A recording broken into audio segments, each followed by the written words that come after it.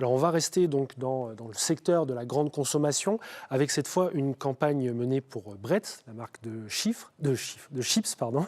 Donc une marque nationale, même si elle est particulièrement implantée dans l'ouest de la France, qui a décidé d'utiliser la télévision segmentée, là encore pour faire un ciblage donc, géographique. On a vu tout à l'heure que c'était l'un des principaux ciblages utilisés pour l'instant, en ciblant donc les régions Hauts-de-France et Île-de-France, deux régions qui, a priori, sont fortement consommatrices de chips et sur lesquelles la marque voulait avoir un incrément, développer sa notoriété, mais aussi du coup ses ventes.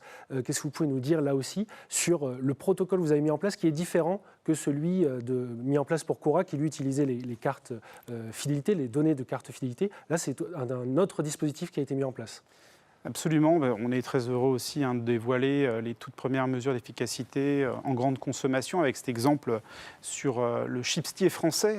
Bretz, c'est un des grands gagnants d'ailleurs de l'année 2022 sur cette catégorie. Du coup, on va le voir dans le film publicitaire. Ont été mis en avant à l'honneur de cette campagne toute la palette de saveurs qui est proposée par cet industriel avec différents chips aromatisés. Le ciblage géographique de cette campagne téléadressée s'est spécifiquement porté sur deux régions surconsommatrices, mais peut-être où l'enseigne, la marque, était un peu moins présente, un peu moins forte que par ailleurs. Donc dans vraiment une stratégie de conquête. Et c'est dans ce cadre-là qu'on sommes intervenus avec, pour ce qui est de la mesure, l'utilisation d'une solution tout à fait novatrice et parfaitement adaptée à la mesure de l'efficacité de la télé segmentée sur les ventes de produits de grande consommation. C'est une solution qui s'appelle Ad for Sales, qui permet de mesurer l'efficacité également de télé linéaire et qui est issue du croisement entre les données d'exposition réelles des box Orange et SFR et les données transactionnelles de plusieurs millions de shoppers français grâce à leurs données de carte de fidélité. Nous avons pu travailler sur un échantillon global qui compte 220 000 foyers représentatifs, parmi lesquels déjà 125 000 foyers sont éligibles à la télé adressée et pour lesquels, pour chacun d'entre eux, nous connaissons précisément s'ils ont vu ou non le spot de télé adressé et surtout s'ils ont développé ensuite leurs achats en magasin dans les jours et les semaines qui suivent. Donc nous avons concrètement pu constituer deux groupes de clients, des clients qui ont été exposés réellement à cette campagne de chips Bretz et des foyers non exposés.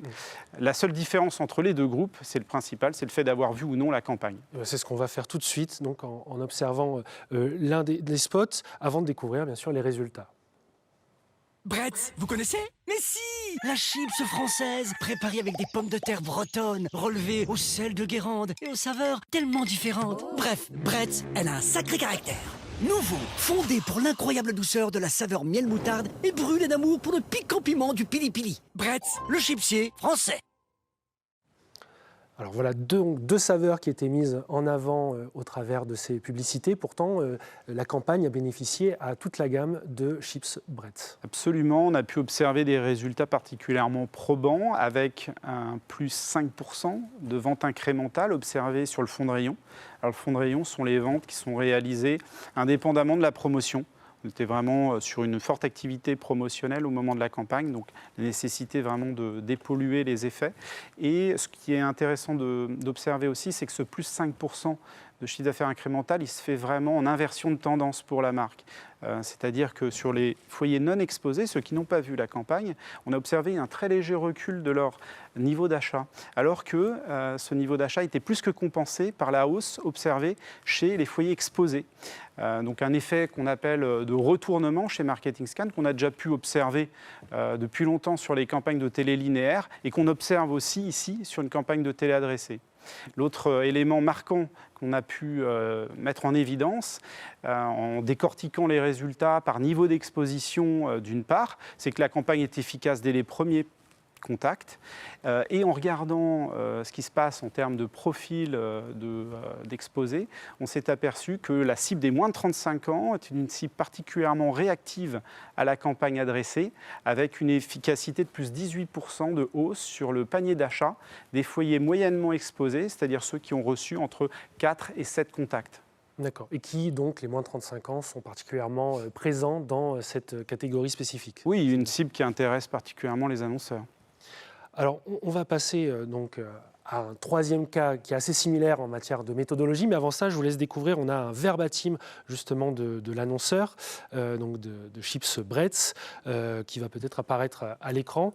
Et voilà, on voit donc un long verbatim, on vous laissera peut-être mettre sur pause si vous voulez le lire en entier, mais en effet, on voit que, en tout cas, il y a un retour favorable pour la marque sur les deux régions qui étaient ciblées, donc à savoir les Hauts-de-France et l'Île-de-France, et l'annonceur met particulièrement en avant l'intérêt de pouvoir choisir la cible de consommateurs en fonction de leur âge, de leur géolocalisation, donc tous les éléments qui permettent de cibler véritablement son message grâce à la télévision segmentée.